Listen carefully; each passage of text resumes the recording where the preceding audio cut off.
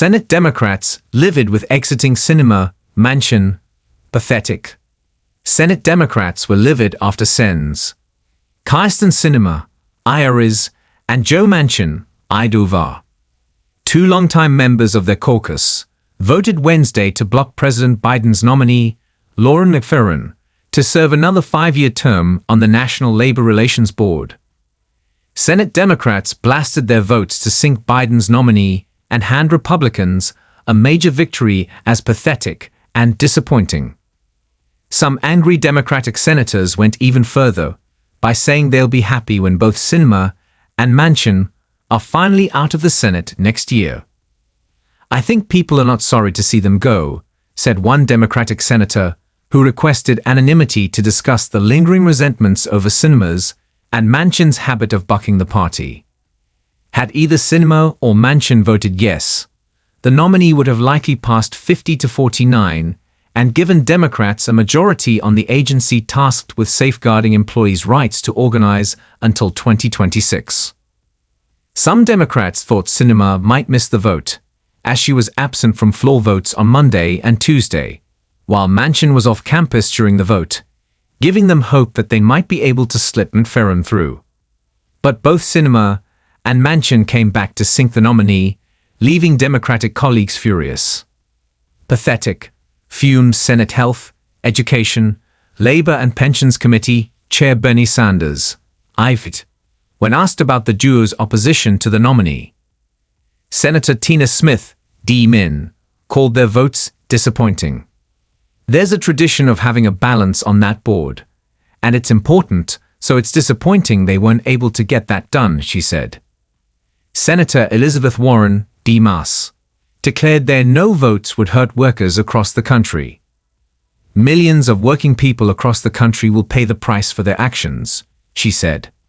Another Democratic senator called the vote a parting shot from Sinema and Manchin after 4 long years of clashing with the Biden administration on everything ranging from prescription drug pricing reforms to tax policy, the federal minimum wage, and Senate filibuster reform.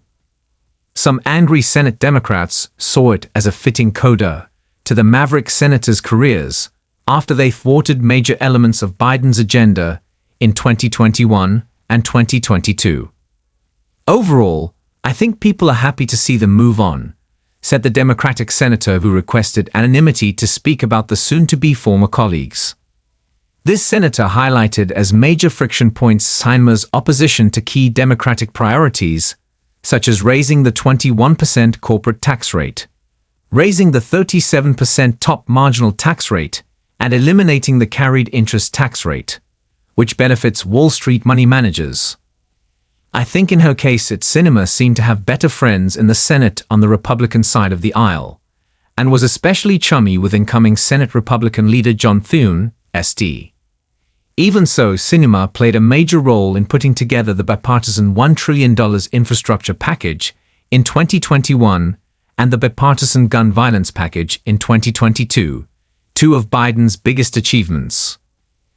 And she voted for the $1.9 trillion American Rescue Plan in 2021 and eventually backed the Inflation Reduction Act, after months of haggling, in 2022.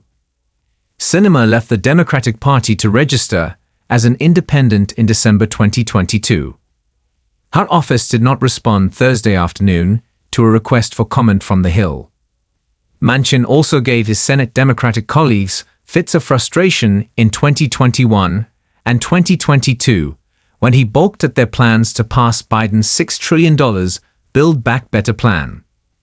He clashed bitterly with Democratic colleagues over the extension of the expanded child tax credit that was originally part of the American Rescue Plan. Manchin infuriated Democrats at the time by insisting on a 10-year extension of the child tax credit, but then also expressed concerns about how much that provision would add to the total cost of the social spending bill he was negotiating with the White House in the fall of 2021. Things between Manchin and progressives in the Democratic caucus became especially heated in October of 2021, when he and Sanders blew up at each other at a Senate Democratic leadership meeting. In December of that year, Manchin shocked the Biden White House by announcing in a Fox News Sunday interview that he would not vote for the $1.75 billion scaled-down version for Build Back Better plan. Former White House Press Secretary Jen Psaki called it a sudden and inexplicable reversal in his position.